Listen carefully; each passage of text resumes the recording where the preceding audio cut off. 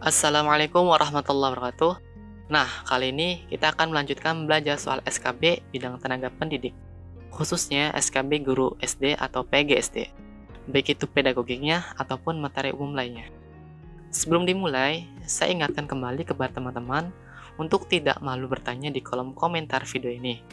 Jika masih ada materi yang masih belum dimengerti, teman-teman perlu ingat, SKB ini setahun sekali dan sekalipun tahun depan ada, teman-teman belum tentu bisa masuk ke tahap SKB selanjutnya. Jadi, jangan sampai disia-siakan kesempatan ini.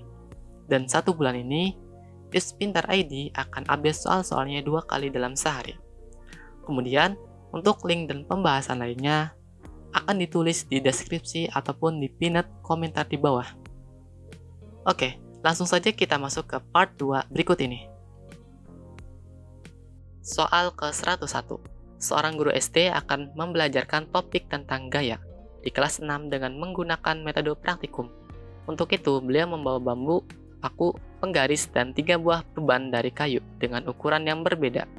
Guru tersebut kemudian mengajak siswa membuat model jungkit-jungkit. Asesmen apakah yang harus dipersiapkan guru untuk menilai kemampuan siswa merancang model jungkit-jungkit? A. Asesmen respon terseleksi. B. Asesmen bentuk esai. C. Asesmen kinerja. Atau D. Asesmen portofolio.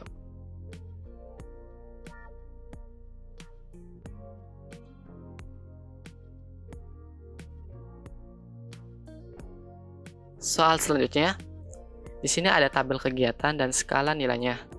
Nah, dari tabel tersebut, asesmen tersebut mengukur kemampuan siswa dalam hal A. Sikap siswa ketika praktikum. B. Kinerja siswa dalam praktikum. C. Pemahaman konsep siswa ketika praktikum. Atau D. Hasil karya siswa setelah praktikum.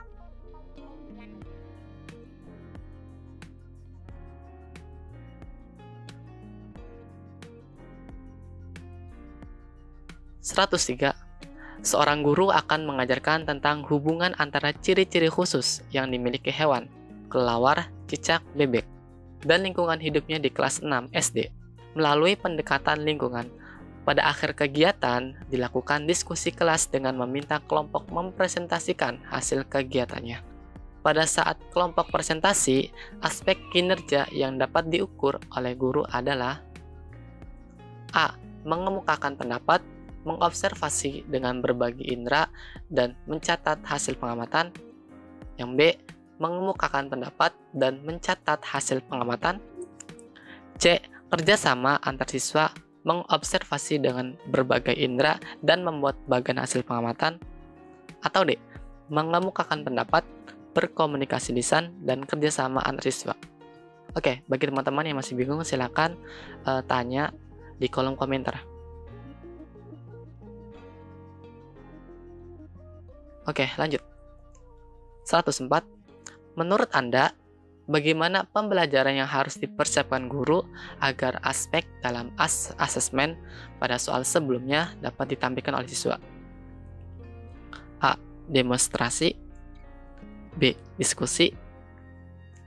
C. Praktikum. Atau D. Presentasi siswa.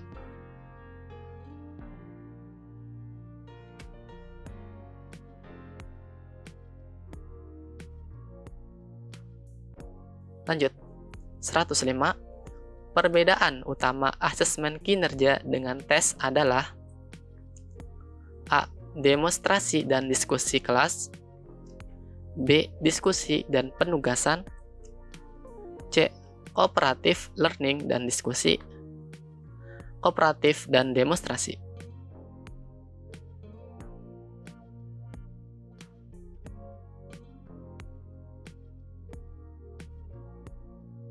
(106) Seorang guru akan menilai aktivitas siswa dalam berkomunikasi dan bekerja sama. Maka, strategi pengajaran yang harus dipersiapkan guru adalah A. Demonstrasi dan diskusi kelas. B. Diskusi dan penugasan. C. Kooperatif learning dan diskusi. Atau D. Kooperatif dan demonstrasi.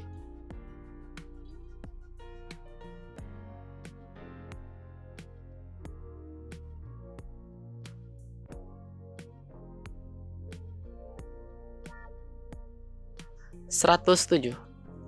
Apabila guru akan menilai kinerja siswa dalam hal membawa peralatan untuk percobaan yang digunakan, maka teknik asesmen dalam penskoran yang paling sesuai adalah A. Asesmen kinerja dengan skala rentang, B. Asesmen kinerja dengan daftar checklist, C. Asesmen portofolio dengan daftar checklist list, D. Asesmen portofolio dengan skala rentang.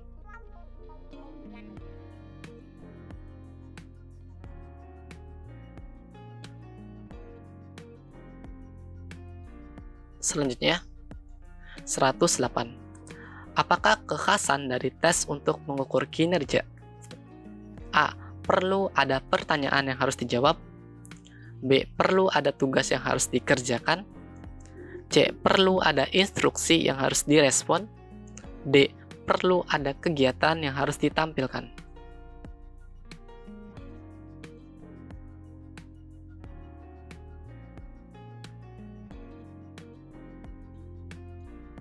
Oke, 109.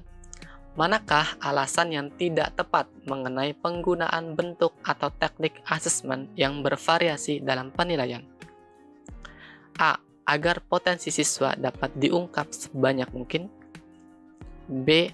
Agar informasinya dapat tepat dan lebih akurat. C. Agar hasilnya dapat digabung dan digunakan. D. Agar proses dapat dilakukan banyak pihak.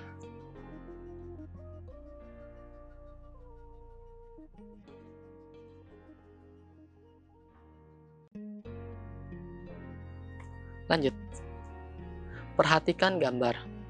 Nah, berdasarkan konsep gerak dalam fisika, pernyataan berikut yang benar adalah A. Mobil jeep bergerak terhadap rumah.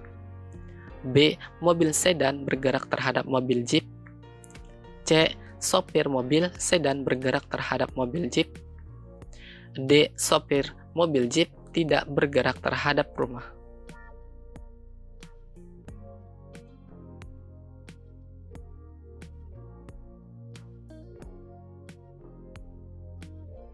(112) Pada lampu senter, bola lampu kecil diletakkan di titik fokus cermin cekung. Hal ini dimaksudkan agar sinar yang terpantul adalah A. Berkumpul di satu titik, B. Sejajar ke tempat yang jauh, atau C. Menyebar ke segala arah, D. Membentuk bayangan nyata diperkecil. 113. Apabila kita menancapkan paku ke dinding, maka perubahan energi yang terjadi adalah A. Energi gerak menjadi energi panas dan energi bunyi. B. Energi gerak menjadi energi potensial dan energi panas. C. Energi potensial menjadi energi gerak dan energi panas. Atau D. Energi potensial menjadi energi panas dan energi bunyi. 114. Hal-hal berikut ini yang harus diperhatikan dalam menyediakan latihan-latihan kinerja siswa, kecuali A. Jenis latihan yang dibutuhkan. B. Banyaknya latihan yang dibutuhkan. C. Petunjuk-petunjuk aktual bagi siswa untuk melakukan latihan tersebut. C. Banyaknya soal latihan yang dibutuhkan. 115. Perhatikan gambar. Batang besi AB akan dibuat magnet dengan digosok berulang-ulang dengan magnet. Batang secara searah seperti pada gambar. Kutub-kutub magnet dan sifat magnet yang terjadi pada batang besi adalah A. Kutub utara dan B. Kutub selatan bersifat tetap. Opsi B. B. Kutub utara dan A. Kutub selatan bersifat tetap. Opsi C. A. Kutub utara dan B. Kutub selatan bersifat sementara. Kutub D. B. Kutub utara dan A. Kutub selatan bersifat sementara.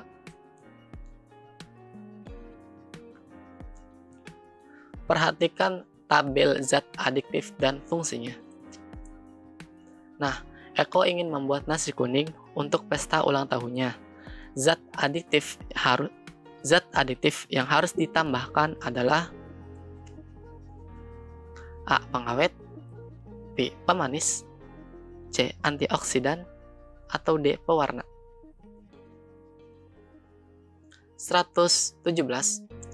Perhatikan gambar penampang melintang akar berikut ini.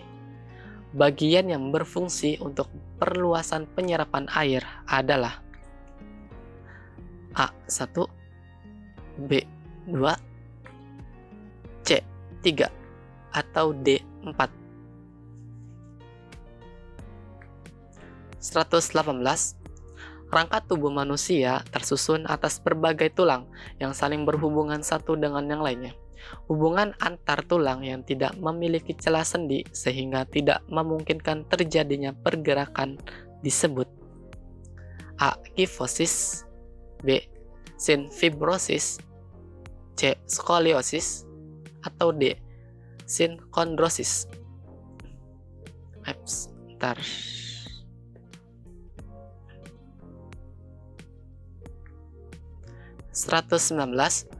Berikut adalah pernyataan tentang bunyi yang benar kecuali A. Nada tinggi dan rendah dibedakan oleh frekuensi, B. Nada keras dan lemah dibedakan oleh amplitude, C. Energi bunyi besar dan kecil dibedakan oleh beda fase, D. Cepat lambat bunyi ditentukan oleh medium.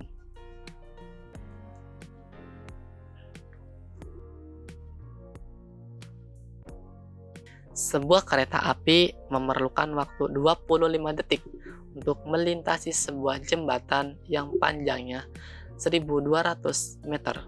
Kereta api tersebut juga memerlukan waktu 10 detik untuk melintasi sebuah terowongan dengan panjang 920 meter. Tentukan kecepatan rata-rata kereta api tersebut. A. 48 meter per detik, B. 60 meter per detik, C. 70 meter per detik, atau D. 92 meter per detik.